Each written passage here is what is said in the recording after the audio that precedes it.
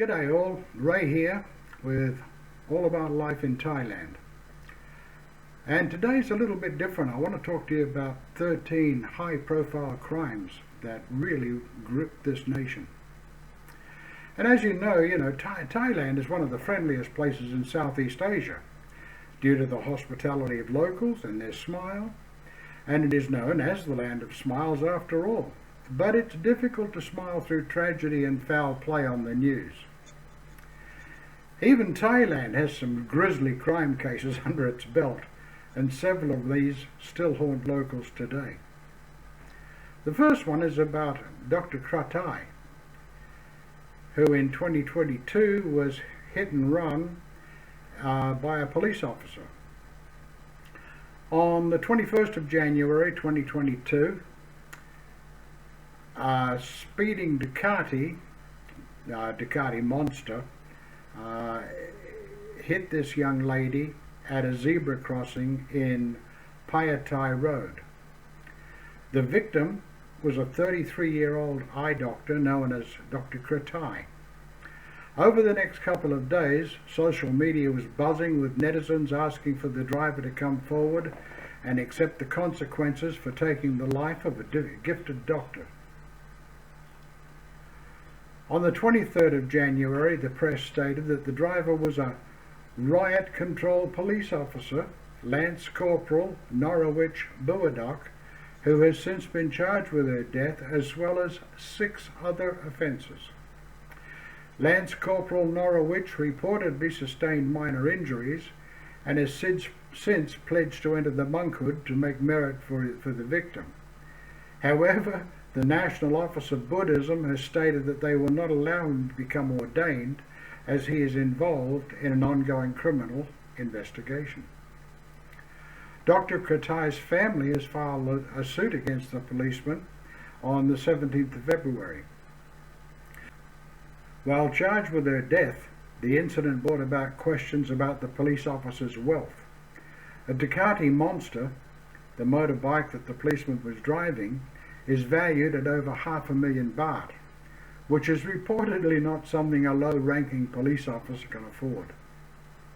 Furthermore, the public is discussing the lenient sentencing that is said to be sometimes afforded to law enforcement officers.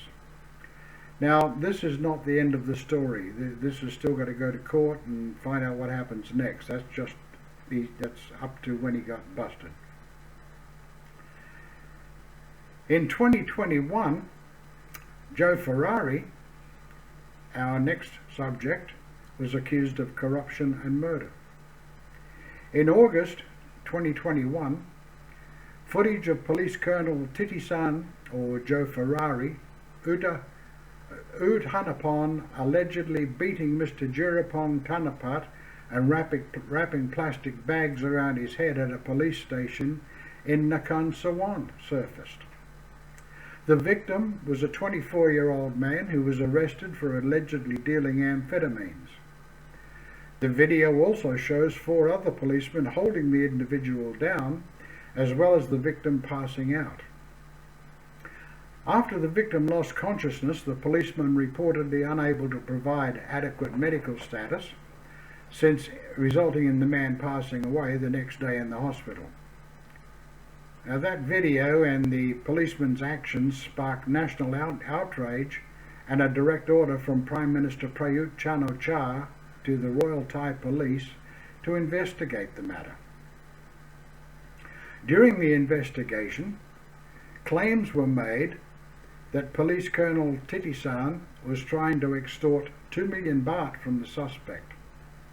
Furthermore, authorities reportedly found 13 luxury vehicles, including a Lamborghini Aventador valued at 47 million baht and a Ferrari 488 GTB at Police Colonel Titisan's house.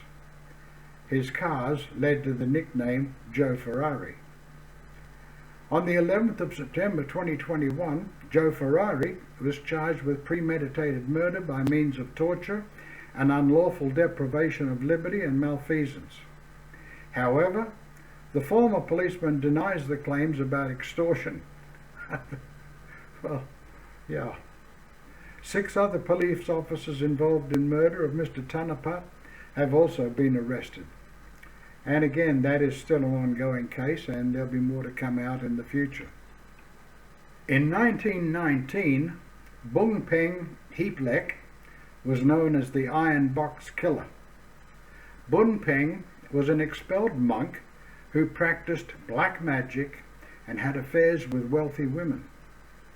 He was planning to marry another woman when Prick, one of his lovers, got pregnant by him and asked him to take responsibility. To evade that responsibility, he murdered her, chopped her up, and stuffed her in an old iron chest before throwing it in the river. His past victims were 5 other lovers and a jewelry merchant that he had a dispute with. They were all killed, chopped up, and stuffed in iron boxes just like Prick. Bun Peng's execution was the last public beheading in Thailand. It was said that the first chop could not decapitate him due to the black magic. It is said he spat out a black liquid, and then the second attempt went swiftly. For this odd reason, a shrine was built for Uncle Bun Peng and his execution, and people come here to wish for good luck. Bun Peng's story inspired many radio dramas, as well as 2 film adaptations in 1967 and 1980. Okay, next, in 1958, Si Quay was Thailand's cannibal bogeyman. A couple of generations back, parents would tell their children to not misbehave, or Si Quay would spirit them away at night and feed on their organs. In 1958, Si Ue Sai Ung, a Chinese immigrant working as a gardener, was arrested after being caught with the remains of a boy by his father. When he was put on trial, he admitted to killing children and eating their organs for strength, and was sentenced to death soon after by a firing squad. Until recently, Si Quay's mummified remains were displayed at the Siri Raj Medical Museum, but has now been given a funeral.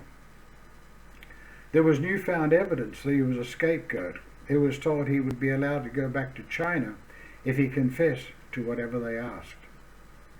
Many believe that he was framed due to the political climate at the time. The government, under Prime Minister Sarit Thanarat, was fiercely anti-communist, and Chinese immigrants like Si Quay were suspected of being communist sympathizers. Naturally, his life got numerous films and television adaptations, and surprisingly, some depicted him as a victim of society and xenophobia rather than a monstrous serial killer. Okay, number 9 happened in 1959. It was the murder of a young lady named Nuan Tawi as a result of an affair. Pictured that now, the picture you can see is nurse Nuan Tawi Petrung and her doctor husband and murderer Artip Suyan Setakan. They say marriage is a till death do us part union, which cannot be broken without judgment.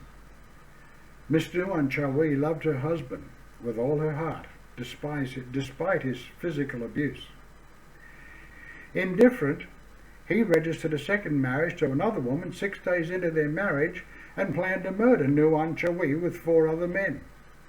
He drugged her and let the men have their way with her before she was stabbed to death.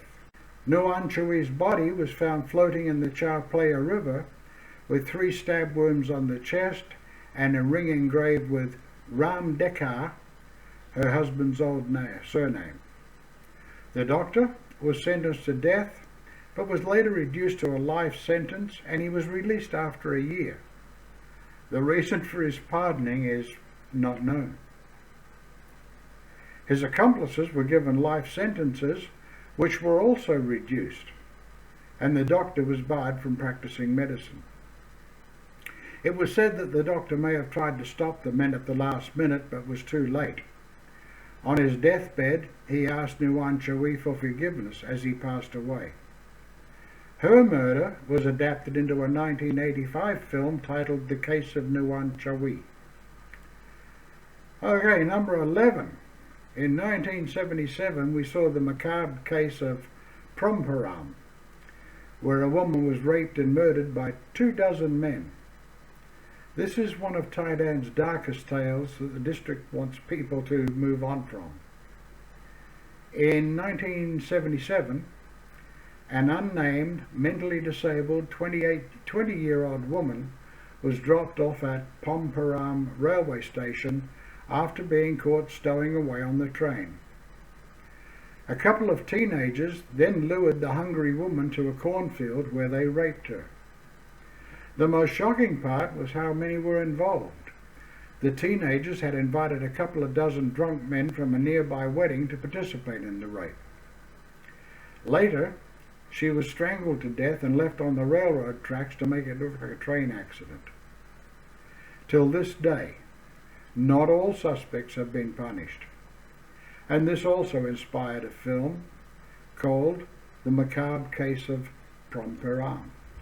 Okay, next up. In 1986, the murder of Sherry Ann Duncan was unsolved due to corruption. 16-year-old Thai-American Sherry Ann Duncan was found bludgeoned and strangled to death after 4 men were seen abducting her after school. What followed was a series of twists and turns that has made Duncan's murder unsolvable till this day. Many were scapegoated for the murder, and some died while imprisoned, with one disabled from prison treatment. Duncan apparently had relationships with a couple of them as well. Attempts to solve the case were plagued with lacking or falsified evidence by the police. The police colonel who mishandled the matter of this case was not punished, and he had fled to the United States sometime after his retirement. In the end, no one was brought to justice. The most recent attempt to uncover the case was 1995, and it found Suan Boon Patpong Panich as a new suspect. Sui Boon is the daughter of Udam Patpong Panich, who founded the Red Light District on Patpong Road.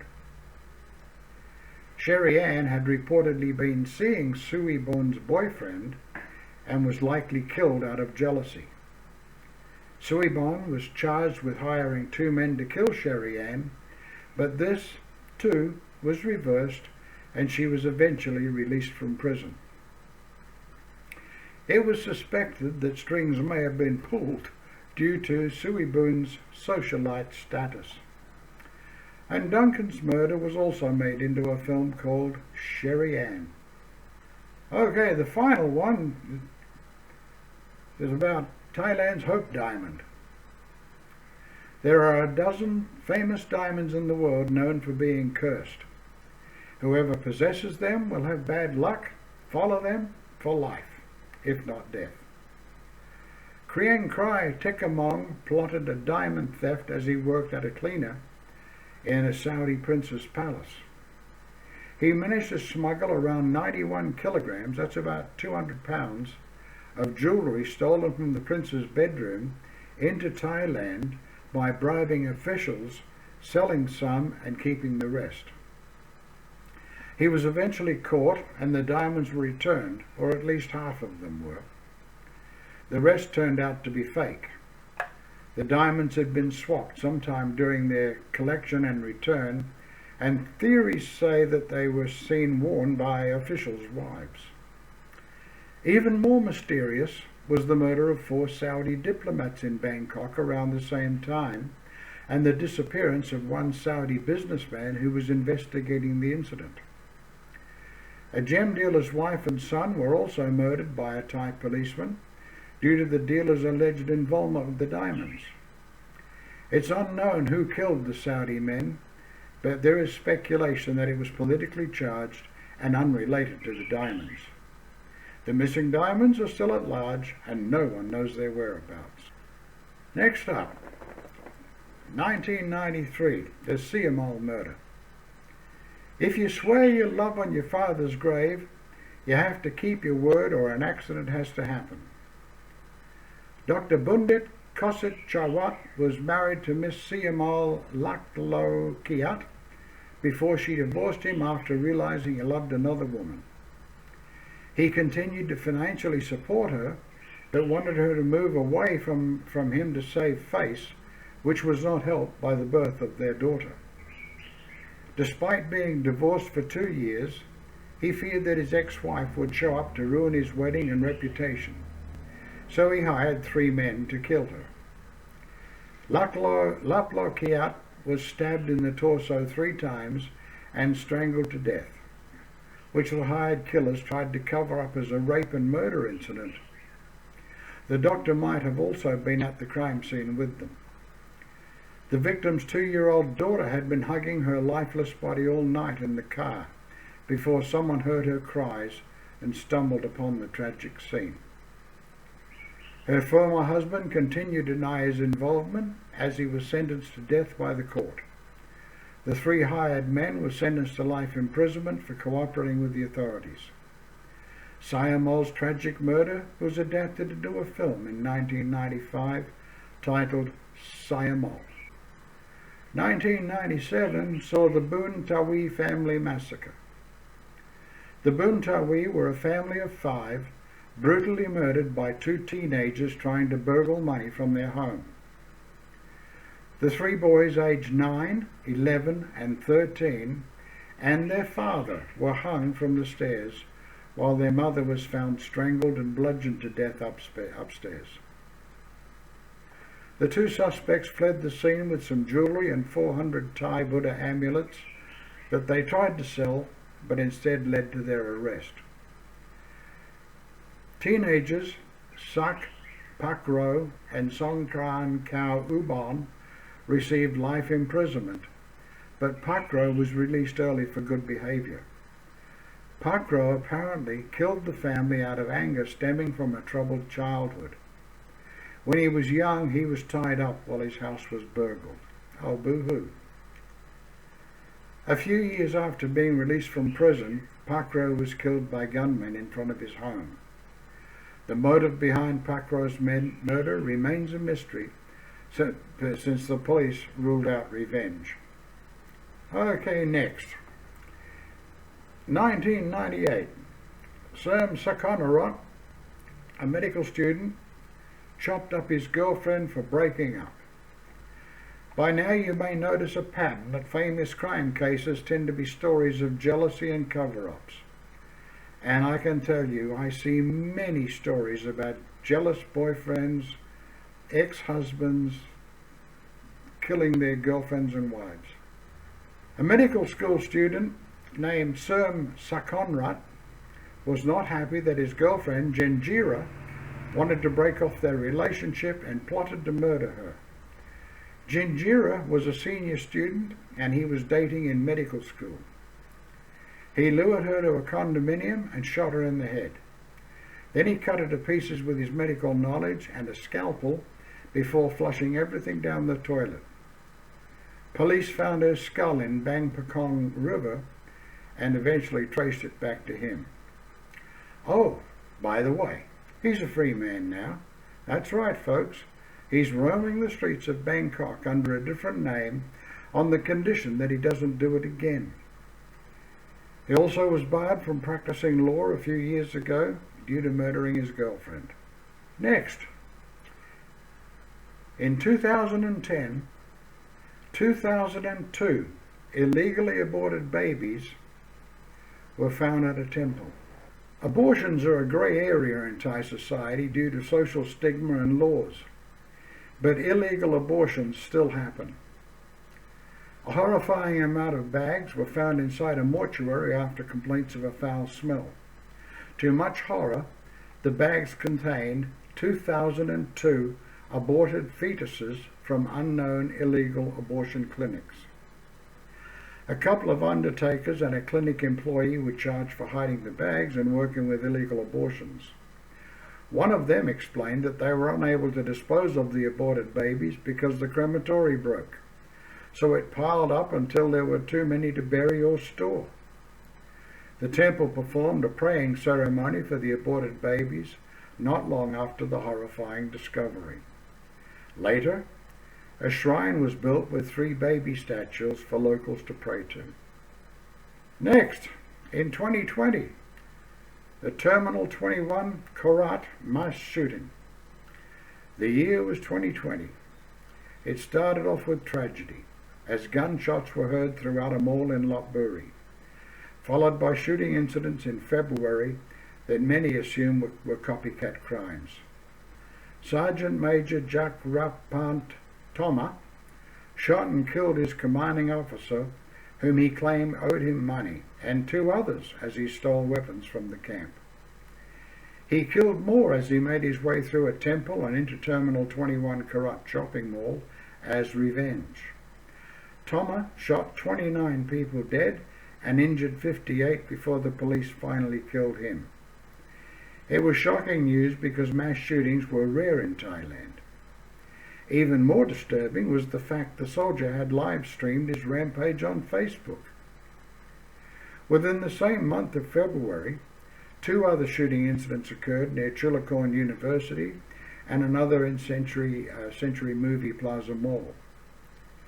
This shooting echoes a similar event that happened in Christchurch, New Zealand, where a shooter live-streamed a mosque attack the year before. Back in January, a school director was arrested for a shooting caught on camera in Robinson Lopburi Mall that killed 3. So even though I talked about the macabre, you should remember that there are not, these are just not common occurrences in Thailand. Anyway, that's it for this video. Thanks for watching.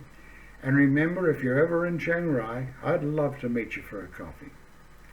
If you plan to retire in Thailand and live in Chiang Rai, my lovely wife Jen can, as she has many others just like you, help you to jump through the hoops of getting your non-O visa. But to get a non-O visa, remember, you must arrive in Thailand on a tourist visa. Jen also teaches Thai language and culture in private one-on-one lessons, and I've linked a video in the description to show you Jen at work. Jen has a great website that is packed with lots of information about Chiang Rai. There is a link to that website in the description, along with contact details for both Jen and I. So until the next video, Uru, and bye for now.